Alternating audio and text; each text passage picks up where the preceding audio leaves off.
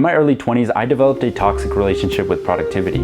I would spend hours trying to find the perfect productivity system, but instead of becoming more efficient, I became anxious, depressed, and guilty with the way I was spending my time. But after I read 4,000 Weeks by Oliver Burkeman, it changed my relationship with productivity, and it might just change yours too. So in this video, I'll share with you 3 lessons from 4,000 Weeks that healed my toxic relationship with productivity. Lesson 1, the illusion that you always have time. How many times have we heard that we can make time for everything in our life? That somehow if we work extremely hard and map out our schedule to a T, we will fit every single task in our life. I fell victim to this mindset. I would attempt to plan out my days completely and would stick to this schedule really hardcore in the attempts of being this ultra productive person. Now, when I stuck to this hardcore schedule, I never ended up feeling happy or satisfied with the work I did. If you were to imagine your daily tasks as a rubber band, in the beginning it's quite small, but the more work you do and the more you pull on the rubber band, the more you realize you can pack into your day. So now what started off as a small rubber band has turned into this large band filled with activities. Naturally, as humans, we are never satisfied and we want to continue pushing for more. This is the idea Oliver Burkeman likes to coin the efficiency trap. The more you do, the more you feel like you can do, so you'll never actually feel like you have more time to do the things that you actually care about. So the only way to start making time for things that are important to you is to start defining what is important to you.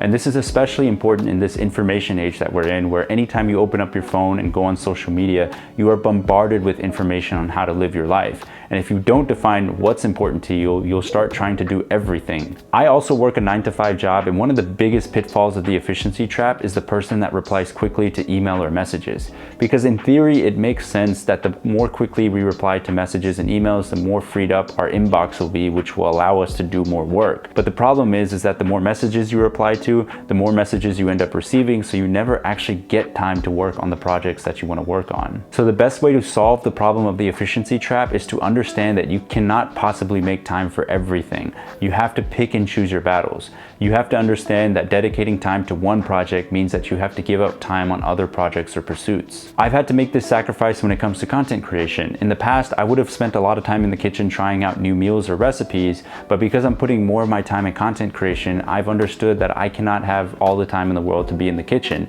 So I've now defaulted to some easy to make high protein recipes that I can turn to. Now that you understand that trying to get everything done is a myth, it's now time to move on to the next lesson, which is learning to enjoy the process. Why do we get into productivity and do all this work?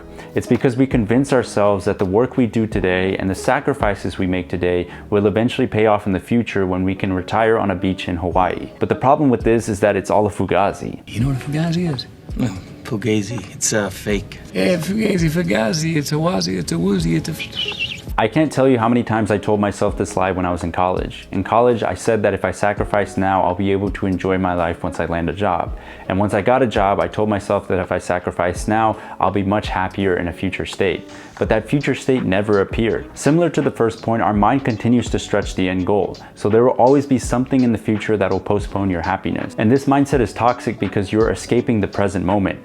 You're telling yourself inherently that you in this present moment are not worth celebrating or relaxing because you haven't earned it. You see how this leads to a constant cycle of never being happy? Instead, what you need to do is start enjoying the process. It's something Kobe Bryant once famously said, and it's a point that Oliver Burkeman makes clear when he says we need to start enjoying the experiences in our life as if that experience will be the last time we feel it. That last point can be really difficult to understand because in a capitalist society, we've been led to believe that nothing is ever enough and we need to continuously push for more and more. But you have to understand that our life is just a collection of our present moment. But today is a gift. That is why it is called the present.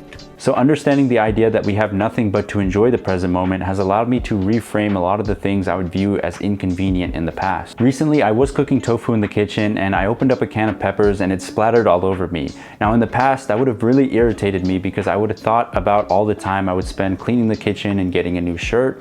But recently when that happened to me, I actually just sat there and laughed at myself for a good bit because no one could have predicted that. Now that previous example sounds a bit trivial, but I've been able to take this mindset into my own work where I start to view the work I do as I get to rather than I have to.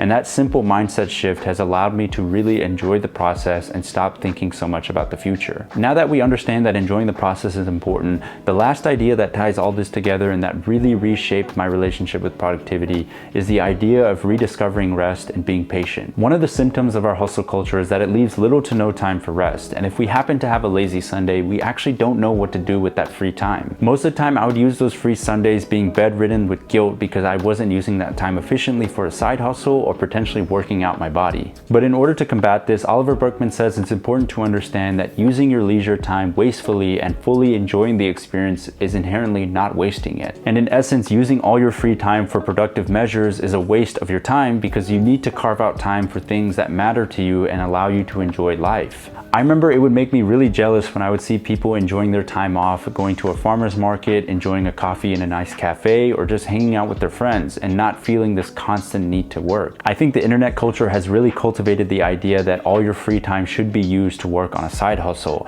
And because of this, the idea of hobbies has almost vanished from our society. But Oliver Burkeman says that it takes more courage in this current society for someone to fully embrace their hobbies and to not feel the need to monetize it or feel like they need to do it to feel productive. They are simply doing it to enjoy the art. I personally think this last quote from Oliver Burkeman really helps tie together this entire video. In an age of instrumentalization, the hobbyist is subversive. He insists that some things are worth doing for themselves alone, despite offering no payoffs in terms of productivity or profit. These 3 lessons have helped me redefine what productivity means to my life. What used to be a thing that gave me guilt and anxiety has slowly turned into something that liberates me and allows me to live the life that I want to live. I would highly recommend everyone to read this book, and if you enjoyed this video, you might actually enjoy the weekly shorts I've been putting out on my YouTube and Instagram page talking about life lessons I've learned as a 26-year-old. Thanks again for watching. With love and respect, Yush.